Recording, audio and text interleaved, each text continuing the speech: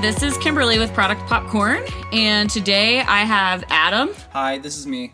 Basically, Adam's just a staple now, so he's going to be here all the time. That's true. I need a drink. And we have Jamie Love. Hello. Thank you. Jamie Love, you have pretty much the best name in Denver, Colorado. How many times do people make, like, super terrible, cheesy jokes when you introduce yourself for the first time? Oh, no, they're like, Jamie is such a funny name. Like, how did you get that? That is so stupid.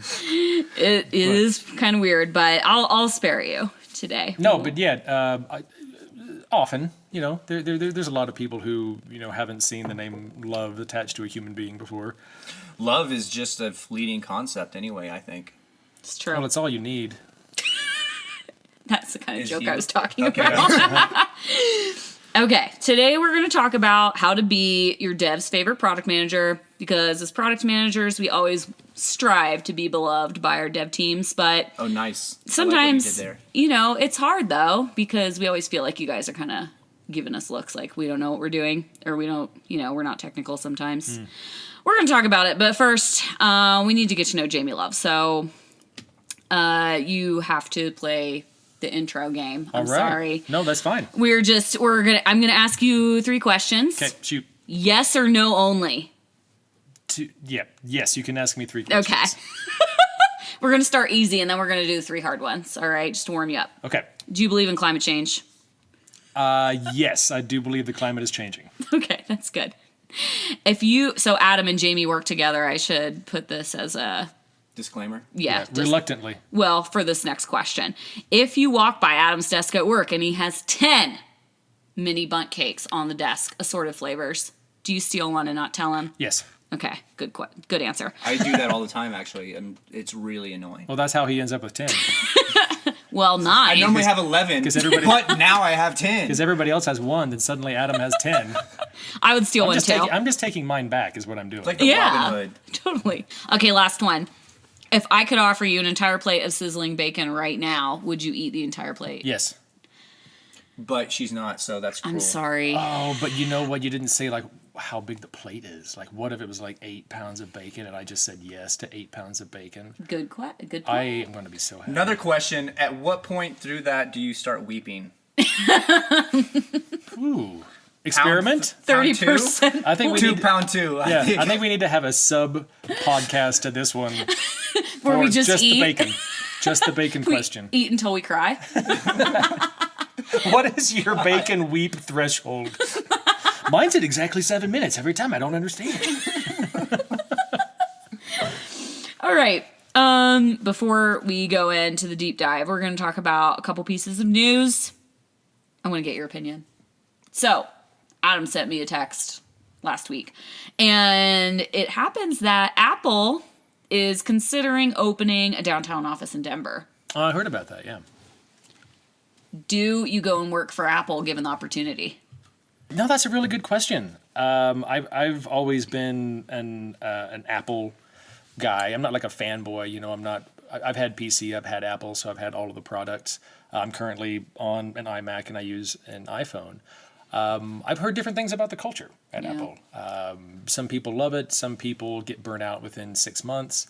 I try to avoid burnout. I've been in the startup world before, so I know about, you know, working 60 plus hours a week because people tell me about it. I don't do it myself. None of us do that. I've heard people do it.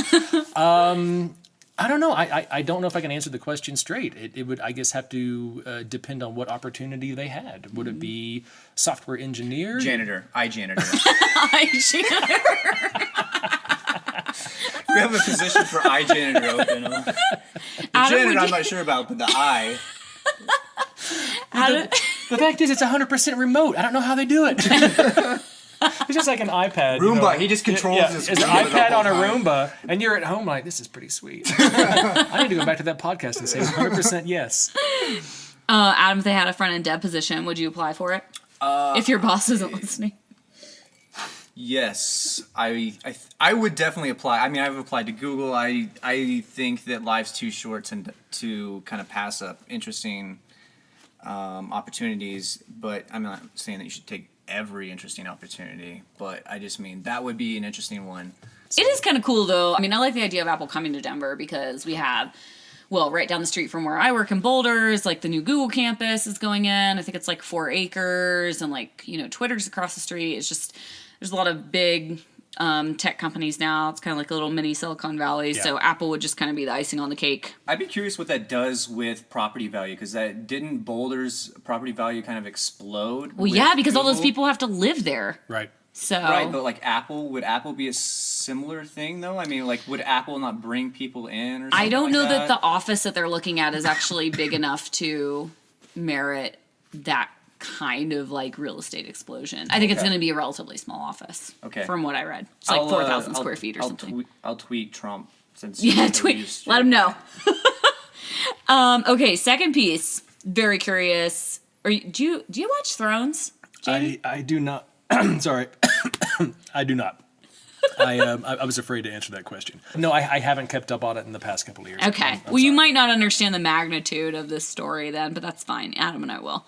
HBO got hacked, and these like hacker pirates are demanding some $12 to $15 million.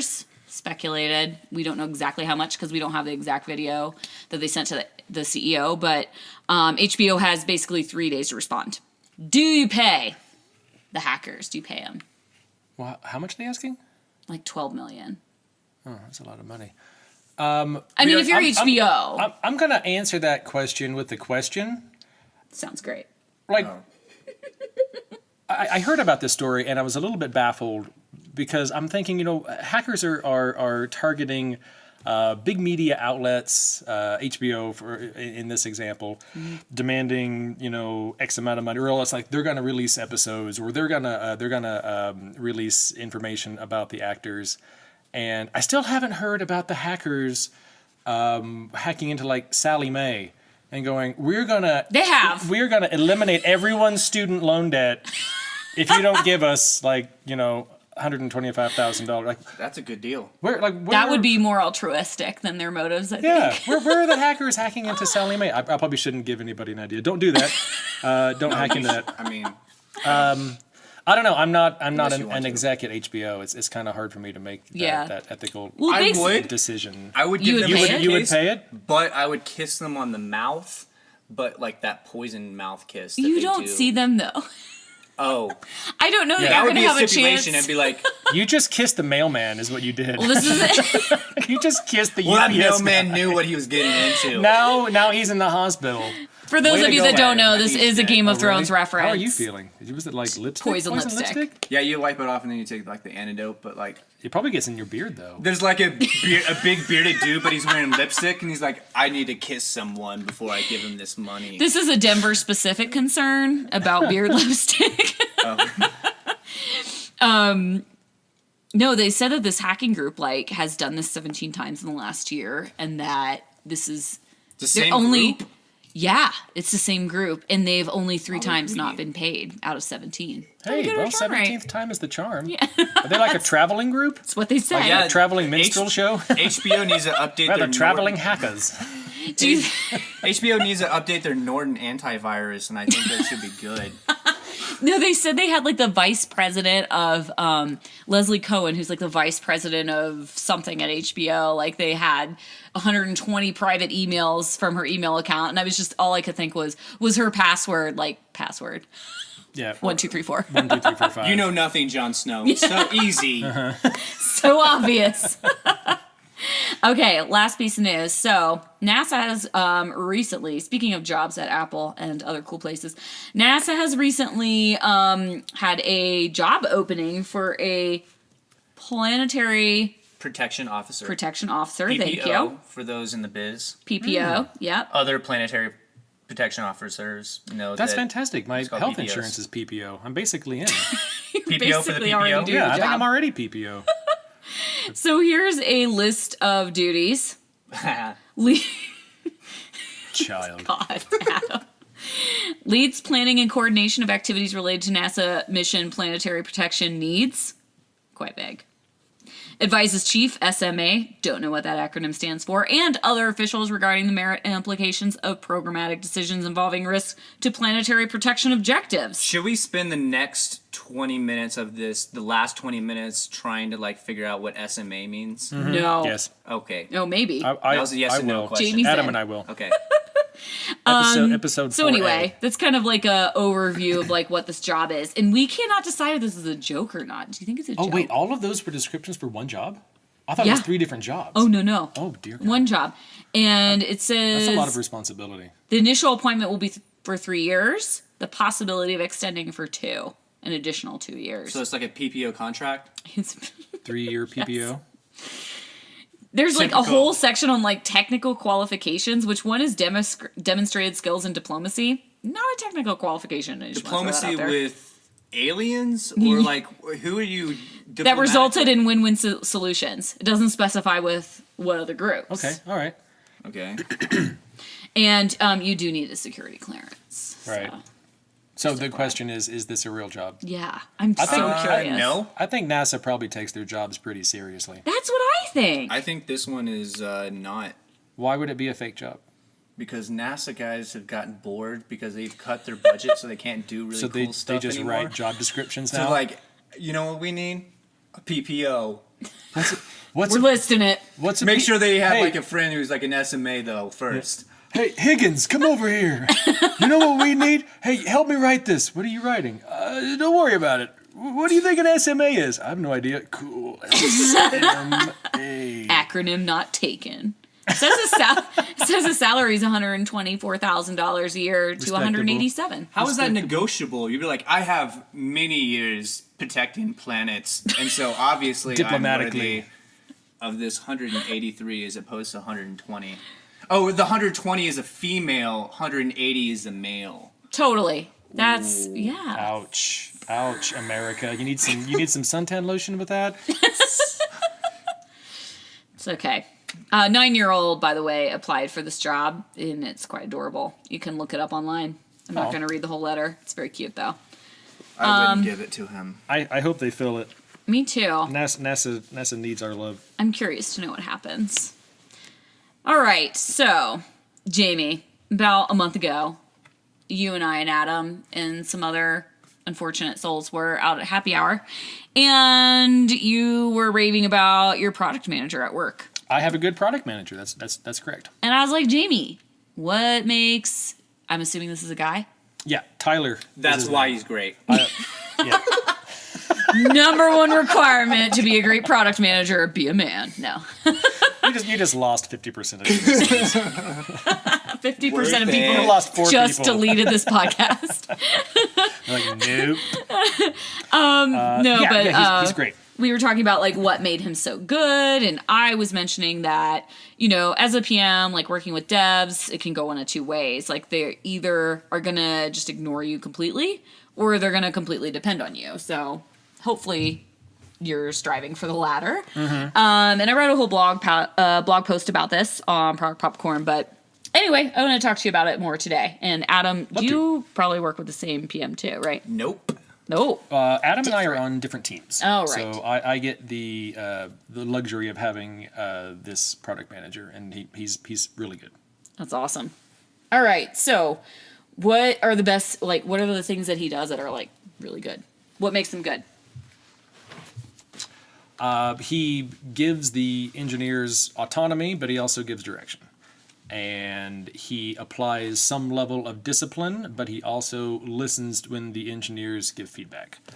He keeps the backlog extremely organized, always groomed, so we go into planning sessions and everything is ready. He pulls it up, he lists it out, he says these are the requirements. What does everybody think? How many points do we give it? And he's really good about eliciting feedback from everybody. Without trying to rush the process. He time boxes everything. He says, you know what, we have 2 hours to do this. When that time is up, what we got done, we got done. So it's really up to the engineers to ensure that the things that we are pulling into our sprint are things that we know how to work on. So he allows that, the burden of responsibility lies on the engineer, and I think he just does it in a wonderful way. He is also introduced a new type of, I guess, work pattern that I want to talk about in a minute. I don't want to interrupt what you were about to say, but just put a pin in that. I will, because I need to know this work pattern. I'll do it, guys. Pin. That was pinned. Well said. Yeah, but that's just in a kind of a general sense. And he's been doing it for a long time. Kimberly, I know you've been doing this for a long time. You can usually tell an experienced product manager, but at the same time, some product managers who have been doing it for a long time have been doing it because it's just something that they can disappear into. It's their job, and they just have gotten stuck there. Is it necessary? I don't know. Is it necessary to define kind of what our expectations of a product manager is?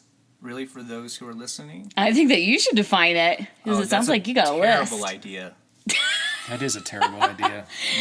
Well, you have a different PM. Like, what are Do you have a PM? Yeah. So my PM is non-existent because I don't have one.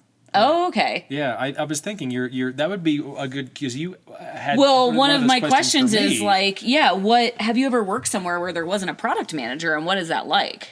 Currently, have you guys seen Mad Max? Which one? Fury Road. Yes. I'm gonna pretend I have. Okay, Charlize that's Theron. what it's like. Which part? All of it. You seen that part where the dude's like On the front guitar? playing the guitar, it's like with like a flamethrowers? Yeah. That guy's so annoying. He won't go away. I thought someone should fire him like weeks ago, but So they that's haven't. you? Yeah, it's me. But he's having such a good time. It's a 4-point story. So how did Jamie get a PM and you don't have one? Different teams. Who brings you donuts? What are donuts? Well, Ken Norton, who's like a famous Google product manager, has a blog that's called Bring the Donuts. That's not a plug. I just read it, and it's really good. But it's called Bringing the Donuts, and this is a really good blog. And one of his top rules is like, you should always bring the donuts. I'm like, I like this guy. Yeah. Jamie, have you ever worked without a product manager? I have. I worked. It was at the Tertiary Education Commission in Wellington, New Zealand. Oh, God. New Zealand has a lot. They lack a lot of things, right? They have a lot of things. I'm not going to bash New Zealand at all. I love it there. New The Zealand. Like Kiwis sheep. are great. Mini sheep. Yeah, that's a gross Sheep. stereotype, and I am ashamed for you. Sheep is not something they lack. Let's be clear. But no, this place was the people were great to work with, but we didn't have anyone really directing any of the product that we were working on. It was sort of up to the 3 engineers on this small. That was back when it was like web admin team. I bet you all agreed on everything.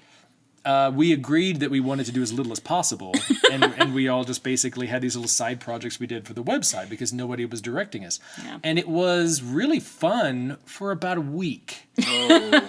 And then I was, sort of sitting there tapping my fingers on the table thinking, I really kind of want to build something with merit here. I don't want to just keep, re-hacking the same chess application so I can beat Liam over and over again. Which is what I ended up doing because there wasn't a whole lot of direction. I love his name was Liam. Yeah. It's very New Zealand. It was Liam Neeson. It, I will find you. I will find out how You know you what? hacked I'm the gonna- chess application. I'm just going to leave that pawn alone. I'm not even going to worry about it. I was going to take your pawn, but you seem to really favor that one pawn a lot.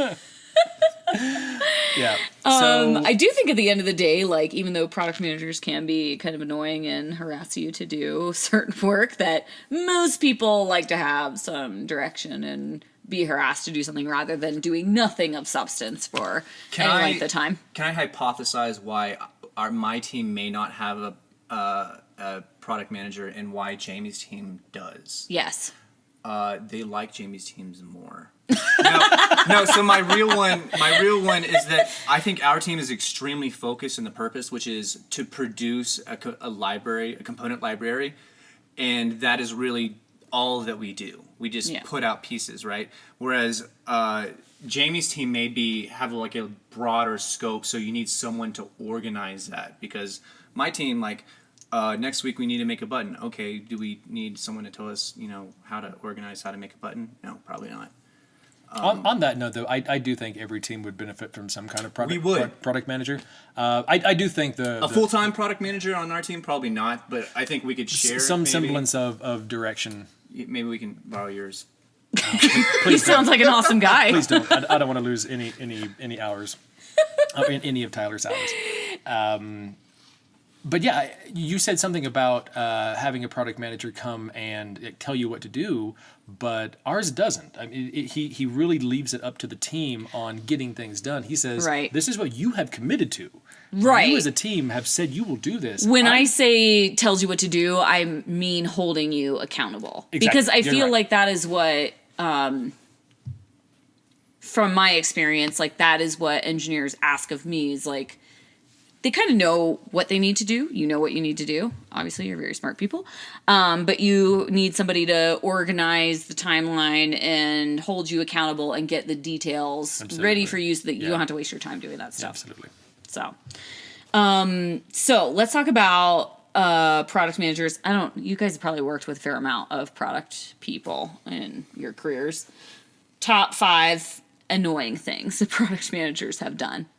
Bring donuts is clearly one of them because you like burritos. So Yeah. Oh, those idiots who bring donuts. God, never do that. One of the ones that bugged me once, I won't say who it was or where it was, but this person, how I like to approach a backlog is it's there, it's groomed, we've committed to it, and we just pull things off the top. You know, it's I got something done, I moved it to the done column, I Yep. take the next thing off, and I start working on it. The product manager who would come up to me and go, "I've assigned you these 3 tasks. I just picked them for you, and I've assigned them to you, so you need to get these done by the end of the week." I can do that. It's not terrible, but at the same time, I don't see that as an effective element of product management. Yeah, you need to get agreement from your dev team for like what they're going to work on. Right, because you're supposed to. We've committed to a sprint. We have a certain amount of points we've committed in this sprint. So if someone comes up and says, "Oh, forget that. I've assigned you these 3 things. Yeah. You need to get these done," that's kind of annoying. So that's one of the top 5 things that really bugs me, and that's happened in more than one place actually. That happens in a lot of places. Yeah, and I think that's a sign of a product manager who tries to be a people manager, and that's another one of my pet peeves about bad product managers I've had in the past that try to manage you as an engineer, as a person, instead of focusing on the product and then focusing on communicating those expectations up the Yeah. chain and to the other stakeholders. There's another word for that. It's called micromanagement.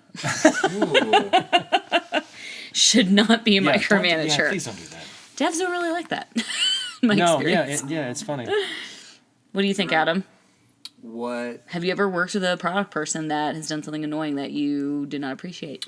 Definitely. There's one person I worked with named Kim. Constantly. No. Constantly bring bunt cakes to No, God. she was great. Those Bunk Cake Wednesday. I bet you don't have that Shutterstock. Yeah, I've lost 20 pounds. Thanks to No Bunt Cake Wednesday. Thanks, Tyler. Wait, is that his name? Tyler? Tyler, yeah. Thanks, Tyler, for Jamie losing 20 pounds. Jeez. Okay, so as a product manager, I was never a developer, so I don't have a technical background, even though I consider myself like fairly technical. I've written some lines of code, but not many. But I don't have an engineering background like you guys, so I ask a ton of questions, and I'm always like worried, like, does this engineer think I'm an idiot, or are they annoyed that I'm asking them tons and tons of questions? Like, where is the threshold that it is appropriate to ask questions without being annoying? I think that it is better to ask questions than to assume, because it is Agree. much more dangerous to assume that you know how easy or hard something is and be wrong than it is to just ask questions. I'm okay with you asking questions as long as I'm not explaining the same exact thing to you 12 times. Take notes. Right. Hot tip. Yeah. So I think that it is much, in my opinion, more preferable for them to ask questions than to assume. Because those are the two ones, right? Yeah. Sure, and on that note, to ask questions and genuinely be interested in the answer, like ask questions from an honest space, not coming at it in an accusatory manner, like you are demeaning the engineer, like, well, how does that really work? Well, are you sure it takes that much Does it time? really take Well, that long? Is it really that hard? Yeah, how would you write it? How long would it take? I think you're sandbagging. I've got that once. Really? Yeah. I think you're Yeah, sandbagging? it's like, I think Oof. you're sandbagging. I mean, they were don't think right, but still, that was offensive. Well, I mean, it was flooding. I was literally sandbagging to keep water out of this. It was in Vancouver. I was literally sandbagging to keep water out of the studio. No, but do ask questions. Definitely ask questions. And like Adam said, it is much better to try to understand than to assume you know the answer already. I told a junior PM at work recently, I was like, your questions may sound idiotic at first, but they sound less and less stupid as time goes on if you keep asking them. Yeah. So. Yeah, you're right. All right. So another question. So there's a lot of kind of buzz around this PM group I'm in on Facebook around. So Google, I don't know for sure, but it's rumored that Google only hires PMs with an engineering or technical background, or with a comp sci degree or similar, like some sort of STEM background or STEM degree. So that means like I would never be eligible because I have a BA and because I've never held an engineering position in a tech company. Do you think it's necessary to have an engineering background or a technical background to be a good PM?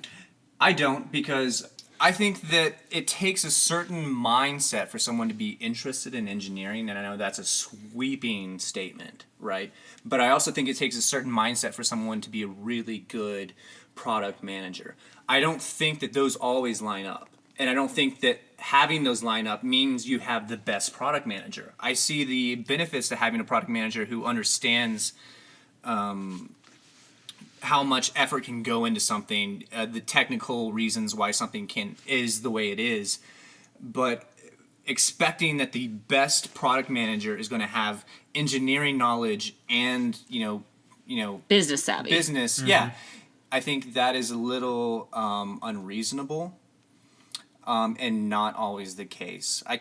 I would just say, it's great if you do, but it's not necessary, because if you're just a great product manager and you haven't been an engineer, that shouldn't really matter, because that's not your job. Right, and like you said, sometimes engineers make good product managers. Sometimes engineers don't make good engineers. I've had people come through secret of the tech industry with computer science degrees who were bad engineers. I don't have an engineering background. I've been doing this for 15 years, but I got a degree in English literature, and I was a creative writer. You could have been rich. I know. I regret my decision. We mentioned English lit. Michael D mentioned English lit last time. He's like, I had a friend who had an English literature degree, and he didn't get a job. Yeah, well, I actually got a good job right out of college as a creative writer, writing business simulation software in Wichita, Kansas. And that led me to writing more technical documents, and then writing technical manuals. And then I was writing, I think I was writing a chapter for Adobe Go Live 1.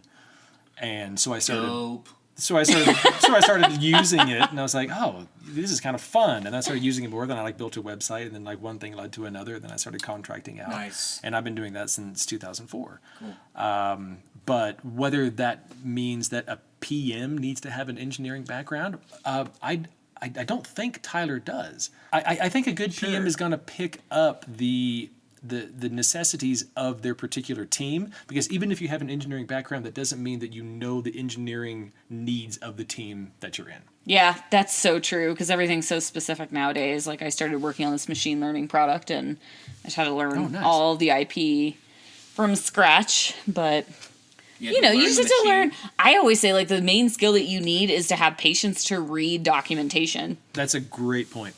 Absolutely. Anybody can learn. Really, all tech is just learning. Good point. Patience and humility. Yeah. Are two great qualities of a good PM. And a lot of shame. Oh my god, I hate to make the fifth Game of Thrones reference in this singular podcast, but no, it's hot right now. In that, and then spoiler alert, but season 7, episode 2, spoiler, when Samwell Tarly cures Jorah of grayscale, and he's like, "How did you do this?" Or the Maester's like, "How did you do this?" He's like, "I read the instructions and followed them." And everybody at work the next day was like, "That is what engineers do. We just read the instructions and then we do what they say." I'm like, "That's all you have to know to be a PM." We read the instructions on Stack Overflow. I reference Stack Overflow all the time when they're like, "Look at this API documentation." I'm like, "I will. Figure it out. I got a contract once. This was back in New Zealand again, and it was just a 3-month contract. And I think I got it because I answered the question. They were showing, this is back in the days of Flash, and it was a Flash product, and it was ActionScript 1, I think, maybe ActionScript 2. And they showed me this big long class, and they said, there's a bug here, here, and here. How would you fix it? And I was like, I'd Google it. Because I don't know what I'm looking at right now. New Zealand was like, we have 5 developers in the entire country right now. You're hired. Well, it made them laugh, and I think it showed a sense of honesty in that, like, I wasn't going to come in and think that I knew the answer to everything. That I would say, I don't know this. I'm going to Google this or ask for help. Well, that goes back to what Adam said in that, like, if you don't know something, you have to admit it. I think that's a great quality. You can't really fake it. I appreciated that when I was interviewing a ton of people at Health Grades, when they would totally try to fake me out and pretend like they know. I'm just like, just tell me if you don't know it. I will respect that. You don't have to know everything. I don't know everything. Nobody knows everything in this industry. It's unreasonable to expect that. As long as you admit it, that's good, because that means you're not going to bash your head in on a problem for several days and waste a company money instead of just asking someone for help when you need to do that. Yeah. So I've had that happen like 4 weeks early in my career. This developer said he was working on something, and like after 4 weeks, I had nothing to show. It's like, oh, you don't know what you're doing. Yeah. It was horrible. Both my parents were professors, one in English Lit and one in computer science. And they told me constantly that the sign of a great teacher is knowing when to say, I don't know. Just know when you just say, I don't know the answer. Let me go find the answer. Yeah. Right. It's like the best quality in any. And it's like good advice in any industry. Yeah, the same goes for a good product manager. Go, you know what? I don't know the answer to that. Let me go find out. Yeah. Because I'm not going to blow smoke. Yeah. I just make up stuff all the time. How does this work? Well, let me tell you. The refrigerator. Well, there's your engine. It's stalled. Jamie, any last words? It was really fun being on your show. I hope you have me back for another topic sometime soon. It's a great studio office you have set up. I will definitely make you the 8 pounds of bacon next time. Yes. That's a promise. I'm willing to terrifying. keep. And we'll also take a bet on how many ounces of tears he sheds. We need to get like little cups or something I can have under my eyelids Hanging that'll under my eyes. that have like volume. Oh, like a rain gauge for your eyes. Exactly, a rain gauge for my eyes. It can tell me how many tears idea. I've shed. I'm going to spend the next few weeks making this thing so that we can have you back. How much is 8 pounds of bacon? I mean, I know it's 8 pounds. Well, but an average pack. It's a little over 7. 7.5 plus a half. It's a baker's dozen minus 4. 5. I'm glad you have a STEM background. That math was pretty incredible. Yeah. Just I'm an English major. You do the math. 8 pounds of bacon. So I'm like average, motioning a pile of bacon right now. An average package of bacon is 1 pound. So it would be 8 of those. That doesn't seem like that much. It don't. I'm like pretty sure I could put it down if I put my mind to it. Adam, any last words? Remember me. So creepy. Okay, well, that's all today. You can read the blog post on productpopcorn.com. It's top 5 ways to be your dev's favorite product manager. Or you can follow me on Twitter at productpopcorn. Thanks everybody for listening. Bye.